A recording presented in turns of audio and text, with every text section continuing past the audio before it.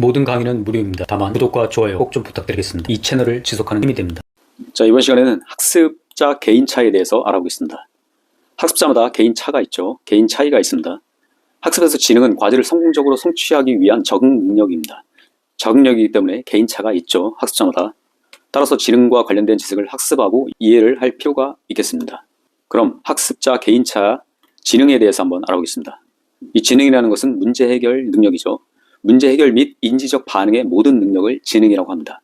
그럼 이 지능이 어떤 건지 알아봐야겠죠. 그래서 지능 검사를 합니다. 이 지능이라는 것은 익숙한 사태에 반응을 보이는 것이 아니고 새로운 사태에서 문제를 해결하는 능력입니다. 지능은 학습 능력을 말하는 거고요. 지능이 높은 사람은 지적 학습을 잘할 수 있는 능력이 있다고 보는 관점이죠.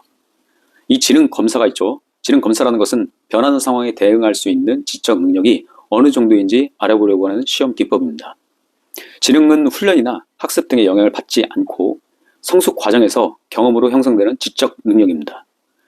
스탠포드 비넷 검사가 있습니다. 이 비넷 검사를 토대로 털만 교수가 고안한 언어 중심의 개인 지능 검사입니다. 이 검사에 근데 문제점이 있죠. 다른 연령과 정신지체 아동의 지능 비교와 측정이 아주 곤란합니다. 아주 우수한 아동의 지능 측정이 곤란하다는 것이죠. 또한 여러 하위 능력들을 측정하기에는 곤란한 점들이 있습니다. 이 비넷 지능지수는 IQ를 말하죠. 이 IQ는 생활 연령분의 정신 연령 곱하기 100입니다.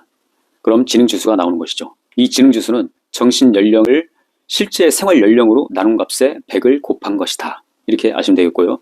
처음에는 정신 연령을 실제 연령으로 나누어서 100을 곱한 것으로 정의 했으나 현재는 같은 연령의 사람들에 비교한 검사 수행을 말하고 있습니다.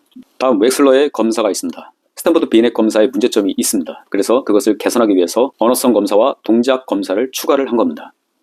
언어성 검사하고 동작 검사를 추가했습니다. 언어지능, 동작지능, 전체지능의 세 가지 IQ를 알 수가 있고 또 지능의 어떤 측면이 우수하고 부족한지를 알게 됩니다. 지능을 동일 연령 집단에서 상대적 위치, 그러니까 평균으로부터 얼마나 떨어져 있는가를 파악할 수 있고요. 검사 점수를 평균 100으로 하고 표준편차를 15로 한 정산분포 곡선에서 위치를 나타내는 점수로 환원해서 지능의 상대적 위치를 파악할 수 있습니다. 표준편차와 정산분포 곡선에서는 제 영상을 참고해 주시고요. 집단지능 검사가 있습니다. 이 집단지능 검사는 육군 알파 검사, 베타 검사, 오티스 레논의 학업 능력 검사 등이 있는데요. 육군 알파 검사는 특정 과제 군인들의 적격자와 부적격자를 선발하기 위해서 실시했던 언어 검사입니다. 그리고 베타 검사는 동작성 검사로 되어 있고요. 오티스 레논의 학업 능력 검사 등도 있다는 거 자세히 알 필요는 없겠죠. 다음 MCSCA 아동 능력 검사가 있습니다. 2세에서 8세 아동을 대상으로 6개 검사와 18개 소검사로 구성이 되는데요. 이 6개 검사 종목에서 언어, 동작성, 수량적, 기억, 운동, 일반 인지능력 검사 등이 있습니다. 언어, 동작성, 수량적 검사는 IQ와 같고요. 다음 KABC 검사가 있습니다. 아동평가 종합검사라고 하는데요. 이 검사는 2세에서 12세까지 아동의 학습 잠재력과 성취도를 모두 측정할 수 있습니다. 이 검사는 순차적 처리검사, 즉 계열적, 동시적 순서로 문제를 해결하는 그 동시적 처리검사로 구성이 되어 있습니다. 이 검사는 언어의 영향을 최소화하기 위해서 패턴인지, 그 다음에 도형 유추, 손동작 반복과 같은 비언어적 척도를 포함하고 있고요. 또한 인종, 문화, 언어 같은 사회 경제적 배경이 검사에 미치는 영향을 최소화하기 위해서 문화적 환경에서 습득한 것과 학교에서 습득한 지식과 능력의 평가를 분리합니다. 다음 SOMPA 검사가 있습니다. 다문화 다원적 평가라고 하는데요. 아동용 웩슬러 검사를 다양하게 보완한 것입니다. 의료적, 시각, 청각, 몸무게, 키, 그리고 사회적, 교우관계, 학교 외 생활 등 그리고 문화, 인종, 사회의 경제적 배경을 고려한 사회 문화적 척도를 평가하고 이해하는 데 초점을 두고 있습니다. 자, 이렇게 지능검사에 대해서 여러 가지 쭉 나열을 했는데요. 너무 자세히 알 필요는 없겠죠. 하지만 이런 정도의 이런 검사들이 있다는 거. 자, 우리가 지능검사의 올바른 이해가 필요하겠죠. 교사가 될 사람들이니까요. 이 지능이라는 것은 유전과 환경의 상호작용으로 발달을 하게 되어 있습니다. 지능은 5세까지, 만 5세죠. 급격하게 발달하고 5세 이후에도 완만하게 변화가 생깁니다.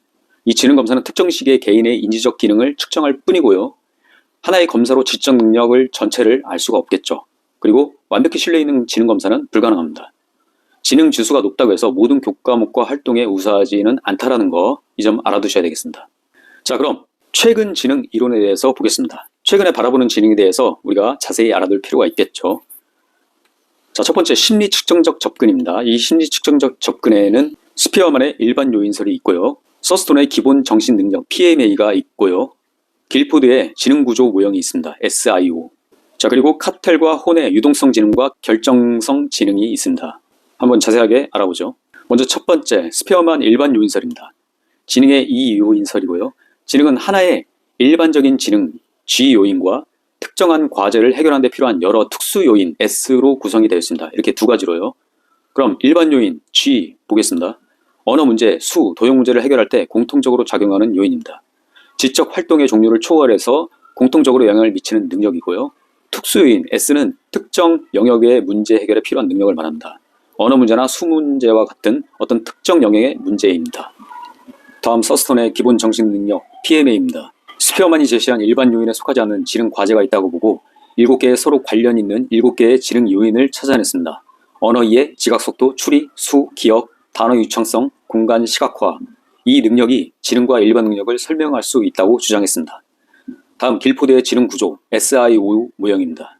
길포드는 서스톤의 기본 정신 능력을 확장시켜서 인간의 지능을 조작, 내용, 결과의 3차원의 입방체로 생각했습니다. 지적 활동은 조작 차원, 내용 차원, 산출 차원 등의 3차원으로 이루어져 있고요. 내용은 5개, 조작 6개, 산출 6개 차원이 조합되어서 180개입니다. 먼저 첫 번째 조작 차원은 평가, 수렴적 생산, 발산적 생산, 기억 파지, 기억 저장, 인지.